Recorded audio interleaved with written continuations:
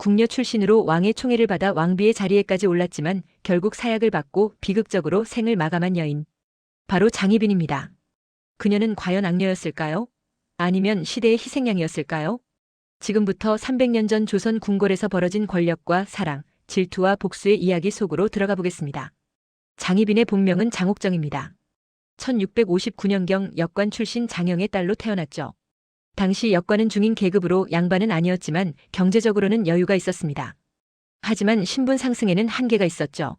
장옥정은 어려서부터 총명하고 아름다웠다고 전해집니다. 그녀의 어머니는 딸의 미모와 재능을 보고 큰 꿈을 꾸었습니다. 바로 궁궐 입궐이었죠. 1680년 20살의 장옥정은 숙종의 후궁 명성왕후를 모시는 궁녀로 입궐합니다.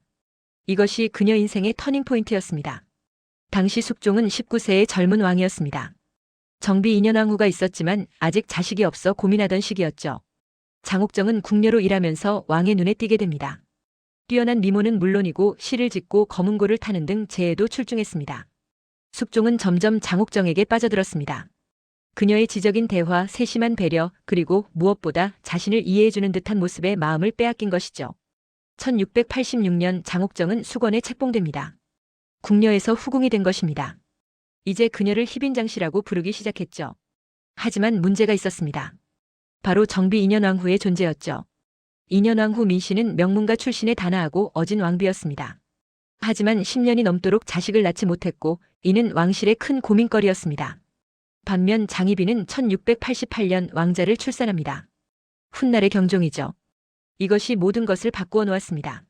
왕자를 낳은 후궁, 그리고 자식 없는 정비, 궁궐 내 권력의 균형이 흔들리기 시작했습니다. 숙종은 장희빈을 빈 지위로 올려줍니다. 그리고 1689년 급기야 2년 왕후를 폐위시키고 장희빈을 왕비로 책봉하는 충격적인 결정을 내립니다. 이것이 바로 역사에서 기사황국이라 불리는 사건입니다. 1689년 장희빈은 조선 역사상 전례 없는 일을 해냅니다. 중인 출신, 그것도 후궁 출신으로 왕비의 자리에 오른 것이죠. 이는 조선 건국 이래 최초의 일이었습니다. 양반 명문가 출신이 아닌 여성이 왕비가 된 것은 신분제 사회 조선에서는 상상할 수 없는 일이었습니다. 장희빈의 뒤에는 남인 세력이 있었습니다. 그들은 장희빈을 통해 권력을 장악하고자 했고 장희빈 역시 그들의 힘을 빌려 자신의 위치를 공고히 했죠. 왕비가 된 장희빈은 화려한 생활을 즐겼습니다. 최고급 비단옷, 진귀한 보석, 호화로운 궁궐 생활. 한때는 상상도 못했던 삶이었습니다. 장희빈은 단순히 왕의 총애만 받은 것이 아니었습니다. 그녀는 정치적으로도 영향력을 행사했죠.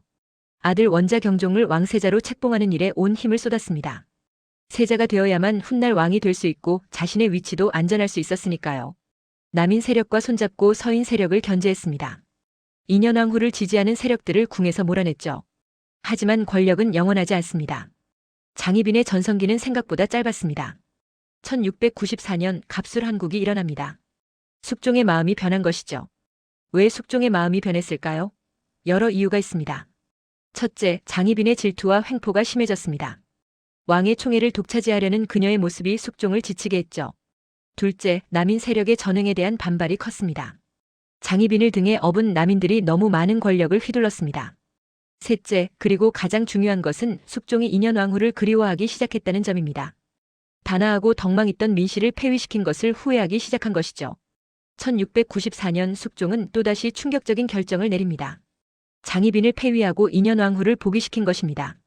5년 만에 모든 것이 뒤집어진 것이죠. 왕비에서 다시 희빈으로 강등된 장희빈. 그 충격은 상상을 초월했을 것입니다. 궁궐의 한쪽 구석 취선당에 유폐된 그녀는 매일같이 분노와 절망 속에서 살았습니다. 복위한 2년 왕후는 관대했습니다. 장희빈을 처벌하지 않았고 그녀의 아들 원자도 보호했죠. 하지만 장희빈은 이를 용서할 수 없었습니다. 역사서에 따르면 장희빈은 2년 왕후를 저주했다고 합니다. 무당을 불러 구술하고 왕후의 옷에 저주의 글을 써넣었다는 기록이 있죠. 1701년 2년 왕후가 갑자기 병으로 사망합니다. 나이 불과 33세였습니다.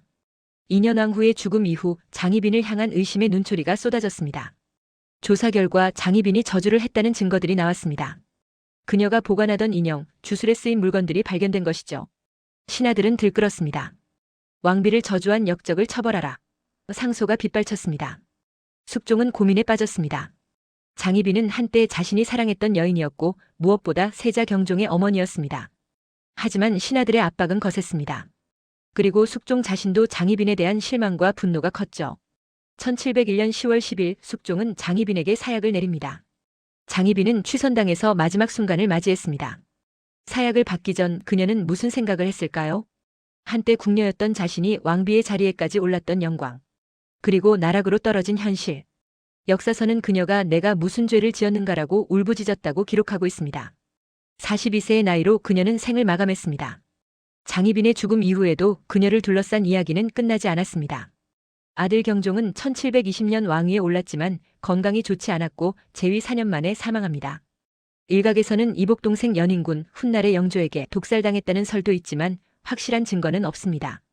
장희빈의 무덤은 서울 광진구 대모산에 있습니다. 왕비의 능은 아니고 후궁의 묘인 대빈묘라는 이름으로 남아있죠.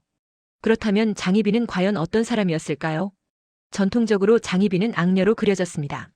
질투심 많고 권력욕에 눈이 멀어 정비를 저주한 여인으로 말이죠. 하지만 현대의 시각에서 보면 다른 해석도 가능합니다. 신분제 사회에서 태어난 계급의 한계를 뛰어넘으려 했던 야심찬 여성. 남성 중심, 권력 중심의 궁궐에서 살아남기 위해 몸부림쳤던 한 인간. 그녀에게는 선택지가 많지 않았습니다. 후궁으로서 왕의 총애를 잃는 순간, 그리고 아들을 보호하지 못하는 순간 그녀의 삶은 끝나는 것이었으니까요. 물론 그녀의 행동을 모두 정당화할 수는 없습니다. 저주와 주술을 했다면 그것은 분명 잘못된 일이었죠. 하지만 우리는 질문해야 합니다. 만약 장희빈이 남자였다면? 만약 그녀가 양반 명문가 출신이었다면? 역사는 그녀를 어떻게 기록했을까요? 장희빈의 이야기는 단순한 궁중 스캔들이 아닙니다. 그것은 권력의 속성에 대한 이야기이며 신분제 사회의 모순에 대한 이야기이고 한 여성이 자신의 운명을 개척하려 했던 투쟁의 기록입니다. 그녀는 시대를 잘못 만난 것일까요? 아니면 너무 앞서간 것일까요? 300년이 지난 지금 우리는 여전히 장희빈에 대해 이야기합니다. 수많은 드라마와 영화, 소설의 주인공으로 그녀가 등장하는 이유는 무엇일까요?